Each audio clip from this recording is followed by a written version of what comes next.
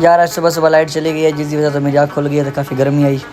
खैर छोड़ो, good morning. Time थी पे तकरीबन 8:30 था तो मैं फ़ौरन गया वहाँ ब्रश करके था। ब्रश करने के बाद मुँह धोता कोई यार चंगा जो फेस वॉश है तो वो दसो जरा फेस तो दाने शाने रिमूव कर दे क्योंकि बरात वाले को काफ़ी दाने फेस थे। आखिरकार मुँह शुद्ध हो गया, रेडी थी गया हूँ तो तक चाय बनती भी कुछ ब्लॉग श्लॉग देखे रजा भाई दे। ब्लॉग श्लॉग देखने के बाद मैं तो मेरा भांजा गए से बाहर मैं कुछ नाश्ते वास्ते गिना वहाँ बिस्किट वगैरह रस्सा वगैरह।